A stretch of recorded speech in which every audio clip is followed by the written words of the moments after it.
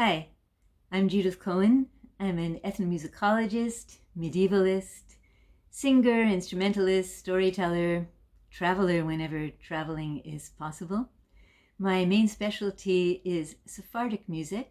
I also work with music among the crypto-Jews, the hidden Jews.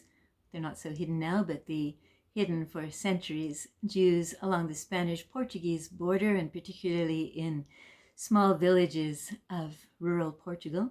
I work with music from around the Sephardic diaspora, but actually I was working with most of this music before I began to work with Sephardic music.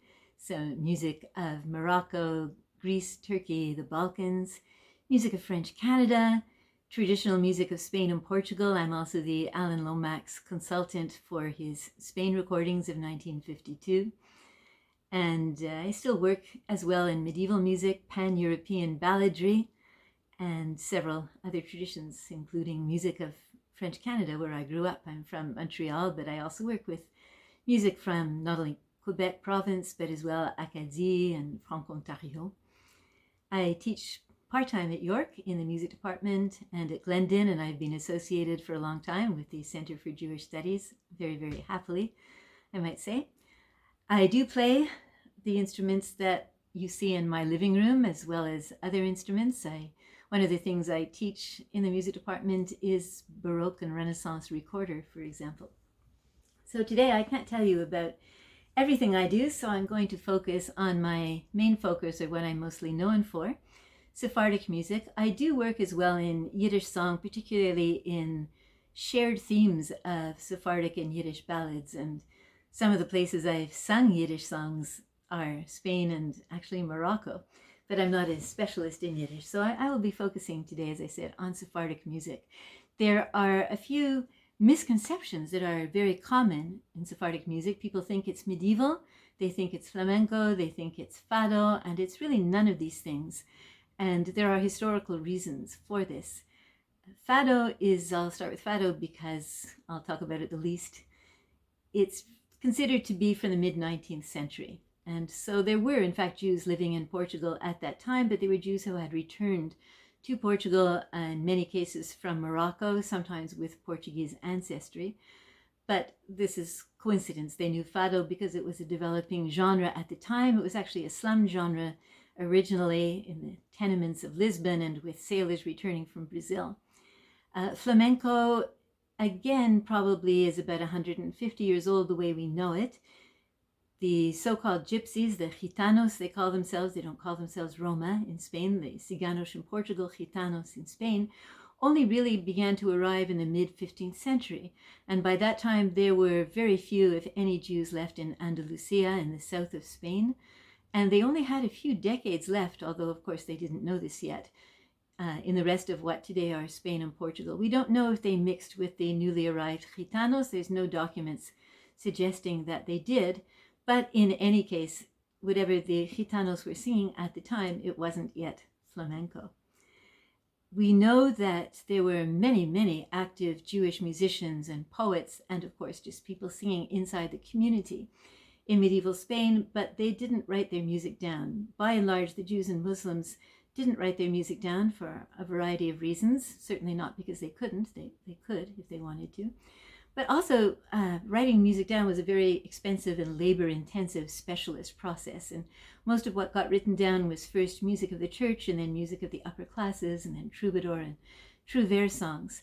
So, for example, in the court of King Alfonso X in the mid-13th century, we know that there were many Jewish and Muslim musicians alongside the Christian Catholic musicians, but we don't know what they sang or whether their songs influenced the music that got written down in the sumptuous manuscript of the Cantigas de Santa Maria. So I've actually worked on what we call contrafactum, where you set a poem to other music because that poem doesn't have music, or you just want to set it to other music. So I've taken several pieces of poetry of medieval Jewish poets and set them to troubadour and trouvère music that they could have known at the time. We don't know for sure whether they did know it, but they could historically have known it. And I put some of them together in this CD in Spain and published a few articles about it as well.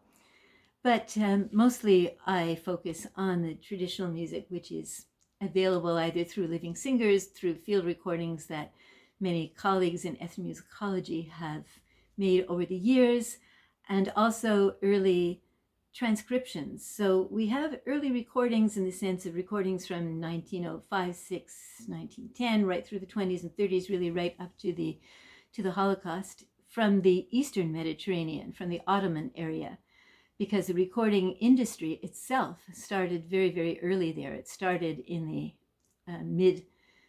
middle of the first decade of the 20th century. In Morocco, our first recordings of Jewish singers and musicians are much later. They're from the 1950s. So the style is really, really different. We're lucky enough at least to have manuscripts of transcriptions of songs that were made from this time on, from the late 19th and early 20th century on. But from transcriptions, we really can't pick up all the subtleties of how a song is sung and the vocal production and the ornament and how it's accompanied. You see all these instruments. Sephardic music doesn't need instruments. It doesn't have its own instrumental tradition the way klezmer does, but all these instruments and many, many more are played. So women tended not to use string instruments because mostly they sang the old songs while their hands were occupied taking care of their children, preparing the kitchen, domestic tasks. And when I was doing my doctorate in Sephardic music, I did my master's in medieval studies at the Université de Montréal and looked at women musicians in the three main religions of medieval Spain and Portugal. But I did my doctorate there as well, at the Université de Montréal as well, but in ethnomusicology. And when I was doing it, there were bingo clubs at the Club Sephardi d'Âge d'Or, the Sephardic Golden Age or Senior Citizens Club, and they would sit and play bingo and sing some of the old songs, especially if I asked them to. Now, the old songs are ballads, romances that tell a story, narrative ballads, and we don't know what the original tunes were. We know that they often are shared among the Sephardic Jews from Morocco and the Western Mediterranean and from today's Greece, Turkey, the Balkans, Jerusalem, and the Eastern Mediterranean, the old Ottoman lands. Sometimes the ballads are shared as well in Spain and Portugal, but with different tunes. Sometimes they're pan-European stories. There's such a wide range of ballads. So, for example, one of the oldest ballads, which is sung with totally different tunes in Spain and Portugal, is a story about a queen who commits adultery and pays for her sins. The story itself goes back to the Merovingian dynasty, but not the ballad as a ballad or the tune. In Morocco, it's usually sung, Levantóse el rey a cazar, un lunes por la mañana. And in the Balkans, it usually has a different tune, actually it has several tunes. One of the most common is El rey que mucho madruga, and so on. And I could go on about ballads almost indefinitely, but I won't because I don't have the time. Life cycle songs, wedding songs, sometimes the same words, sometimes different words, but always different tunes and different rhythms. So in Morocco, for example, for setting out the trousseau, because every stage of the wedding has its own songs. Ashuar muevo, delante vos lo pondré. And it goes on to say, sister-in-law and mother-in-law, my trousseau is so beautifully sewn, you can't criticize it. Or in the Balkans, and this is actually a Moroccan henna drum, but this is a Balkan song with a Balkan rhythm in 9. And they have their own songs, their own wedding songs.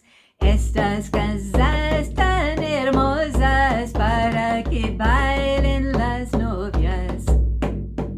And of course, songs for every other stage of the Jewish life cycle, which I don't have time to go into now.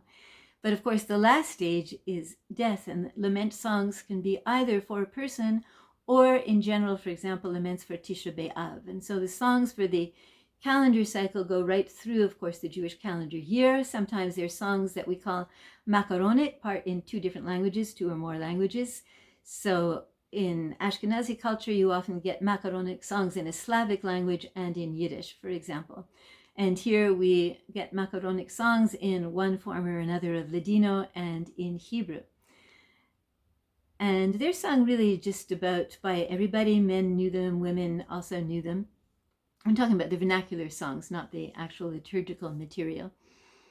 And besides the actual holidays, there are piyutim, Hebrew hymns, basically, which are sung for various occasions, and in Morocco, very, very often for a custom that's shared with the local Muslims, which is visiting the tomb of a venerated, in the Jewish case, of course, rabbi.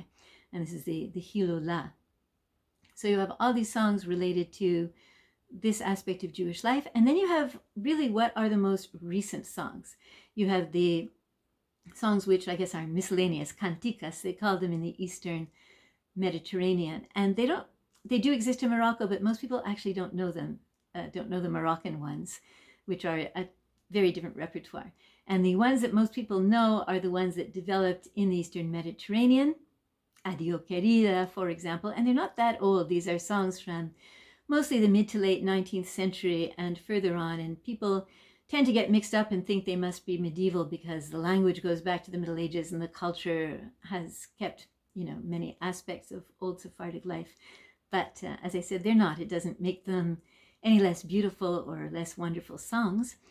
Many of these canticas are based on Greek or Turkish melodies, sometimes even on the songs. So you have songs based on popular Greek or Turkish songs of the time. You have songs based on tango or foxtrot tunes, songs based on tunes by Maurice Chevalier. There's songs based on the Charleston. Es una diabla, es ella que habla, soy yo que la entendí, for example. And as I said, people tend to get mixed up. There was a recording industry that began very, very early on. So in Constantinople, today's Istanbul, really by the end of the first decade of the 20th century, the recording industry was in place. And so people could buy records at the time of popular Jewish singers who were often men, who were also often a chazan or a rabbi. So that's my very, very quick magical mystery tour of Sephardic music and the work that I do. Thank you very much. Stay well, keep safe, and I hope to see as many of you as possible as soon as possible. Judith Cohen, you can write to me at judithc@yorku.ca or judithcohen.ca, and I always answer my email. But as I said, I hope to see as many of you as possible soon. Take care.